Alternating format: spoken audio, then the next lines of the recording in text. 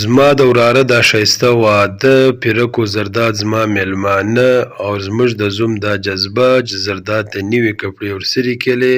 او دا ښایسته ډوډۍ دا ګرده په دې ویډیو کې راسره وګورئ. سیم داسې ویلو چې زما د وراره واده ما پیرک و زرداد دواړه ته وویل زما میلمانه ستۍ دواړه به راځئ او دیم بله نه ده کې کړې موټرسایکل یې وینو یې درغوږو بس قرار را روان سو د کلي و طرف ته. نو کسټم یې کراس کړي رالو پر ډي ایچ ای باندې. ډي ایچ ای دا ځکه زما خپله ډېر خوښ دی دا کم فرنټ چې جوړ شوی دی دا ډېر ښایسته ډیزاینینګ دی او تاسو هم په کمنټس کې ماته ووایئ آیا دا خوند کوي که نه کوي. د ډي ایچ ای چې راتیر شو دا کوچلاغ بازار دی تاسو یې کتلی سئ او کوچلاغ بازار خالي و دی ډېر سپیډ راووتلو نو اخر کار دی دواړه راورسېدلو پشین کربلا ته او په کربلا کې بیا زما خپل کور ته راورسېدلو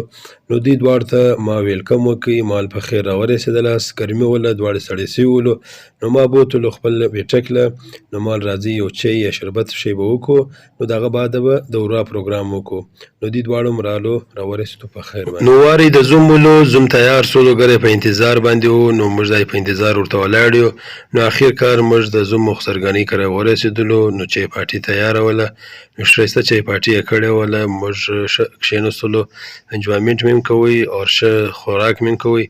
او لایو میچ چالو ولو د افغانستان او د انډیا نو هغه مې کتئ موږ په افغانستان ډېر خوشحاله وو بدقسمتي سره افغانستان دومره وان سایډډ میچ وبایلي خو زموږ یقین هم نه کېدی چې افغانستان به دا رقم میچ بایلي خو اخر کار افغانستان میچ وبایلي او موږ خپله چای پاټي وکړله.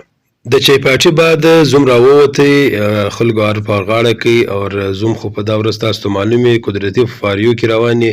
هر یو ویډیو سره جوړوي تصویرانو سره اخلي زوم په خپل ځان نه پوهېږي